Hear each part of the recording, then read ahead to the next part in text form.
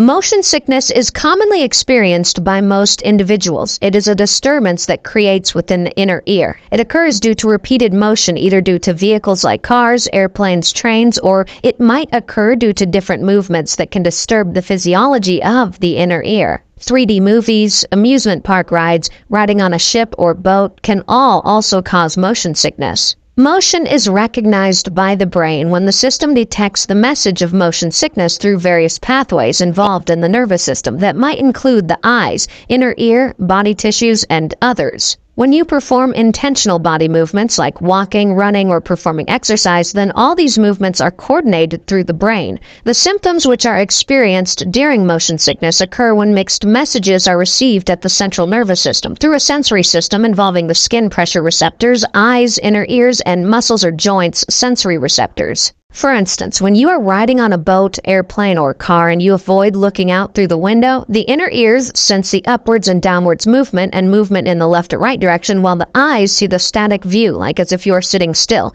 It is assumed that this conflict between the messages results in motion sickness. The signs and symptoms experienced in motion sickness include nausea, vomiting, sweating, pallor, drooling, short breath, drowsiness, dizziness, a general sense of discomfort, and malaise where you experience unwell feelings. You undergo headaches, yawning, mild uneasiness, and others varying from person to person. The inner ears are responsible for sensing balance, and the inner ear forms the network, which is termed as the vestibular system. The vestibular system has two sacs, which are termed as utricle and saccule, while it has 3 pairs of semicircular canals. The vestibular system sends information to the brain about what's happening around you. The semicircular canals have a fluid that moves around them and allows you to turn your head. The utricle and saccule have the sense to identify gravity, and they send messages to the brain which allows you to lie down or stand accordingly. The brain then takes all the messages from the sensory system and tries making sense of messages it receives, but sometimes it gets confused when it receives mixed signals. After an airplane ride or a sea voyage, when you keep your feet on dry land or in an airport, you feel as if you are still moving.